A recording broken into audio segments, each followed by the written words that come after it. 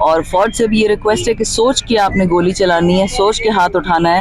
अपने पाकिस्तानी भाइयों पे उठाएंगे कि बाइडन के नौकरों पे हाथ उठाएंगे, तो फर्क हम में ये है। इसके अलावा कितने कारकुन अभी तक शहीद हुए हैं या जख्मी? सुनने में आ रहा है कि शहीद तो मुतादिद हुए हैं, सॉरी जख्मी बहुत सारे हैं, लेकिन शहीदों का हमने 3 का सुना है। किन की जानिब से गोलियां मारी गई हैं? जो मारते हैं हमेशा, और कौन मारेगा।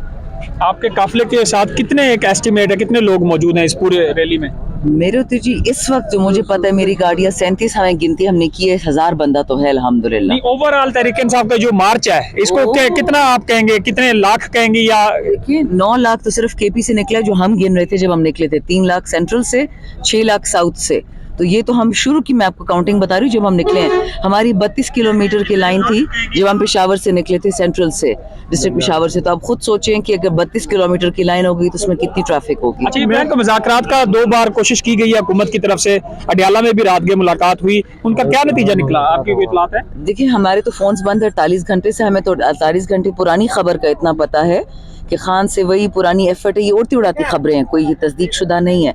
कि खान से कहा जा रहा है कि अब 2-3 साल बनी गाला चुपचाप करके बैठ जाए, सियासत छोड़ दें, आप -1 की टीम कर लें, या आप बिलावल और इस मरियम को भी 7 साल पीएम बनाना है। बट ये उड़ती उड़ाती खबरें, हमें कंफर्म नहीं पता। अच्छा, ये बताएं कि जिस तरह अब दोनों तरफ से जा रहे हैं, एक तरफ से शेलिंग हो रही है, एक तरफ कारकुन आगे बढ़ रहे हैं, कल अज़मा बुखारी भी टॉक कर रही, ये 9 मई पार्ट 2 होने जा रहा है। तो अगर आपने करने तो कर ले, हम तो नाम ने 9 मई पार्ट 1 किया था, नाम पार्ट 2 करेंगे। करने वाले तो आप ही हैं, पाकिस्तान के दुश्मन। इसके अलावा मैम कब तक बैठे रहेंगे अगर मुतालबात मंजूर नहीं होते? 3 महीने, 6 महीने, 10 महीने। लेकिन वहाँ पे तो हर रोज मज़ामत का, हर मिनट के बाद मज़ामत का सामना है। वो तो खुली तौर पर तैयार है, रेंजर ऐप से नहीं तैयार। अगर वो तैयार होते तो वो ऐसे काम करते। जो बंदा तैयार होता है उसमें कॉन्फिडेंस होती है, उसमें एक होता है सेंस कि जी मैं अपने वतन वालों के साथ बात कर रहा हूँ, इनकी जेन्युइन मुतालिबात है, मैं इनकी बात सुन लेता हूँ, इनके साथ गुजारा कर लेता हूँ। तो अब ये डंडे और उस पे निकल आए हैं, शेल पे, तो मतलब नहीं है ना तैयार। अभी बेलारूस का सदर भी आए हुए हैं और उन्होंने 2 जगह दी है, एक परेड ग्राउंड और इसके अलावा F9 पार्क। वो जगह आपको क्यों नहीं सूट करती? वहाँ पे क्या वजह है? डी चौक पर ही क्यों जाना है? क्योंकि वहाँ पे हाई लेवल का डेलीगेशन आया हुआ है। हाई लेवल डेलीगेशन है, कहीं और ले जाएं, ये लोग इसको पिंडी ले जाएं। GHQ से सिक्योर कोई जगह है पाकिस्तान में, उधर बिठा दें उसको।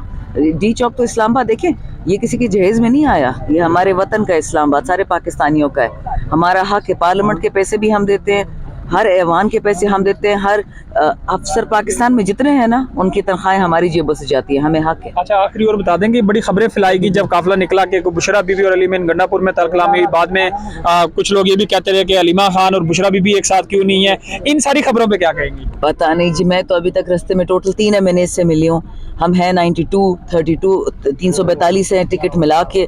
अब मैं हर किसी के पीछे तो नहीं घूम सकते, मुझे तो अपना काफिला घुमाना है। क्या कहेंगे जो पंजाब से काफिले नहीं आ सके, पंजाब से उस तरह लोग नहीं निकल सके, और आपकी जो लीडर है वही कंप्रोमाइज है ऐसे लग रहा है, क्योंकि खुद ही गिरफ्तारियां दी हैं और खुद ही छुपे हुए हैं, वो आए नहीं है। देखिए मुझे तो इल्म ही नहीं है कि जो गिरफ्तार हुआ है मेरा तो 48 घंटे से फोन बंद है। लेकिन अगर जो खुद गिरफ्तारी दे रहा है उसका भी पता चल जाएगा, जो कॉम्प्रोमाइज है उसका भी पता चल जाएगा। जहां तक रही बात पंजाब के ना निकलने की, इंशाल्लाह 5 काफिले देख लेंगे, आएंगे।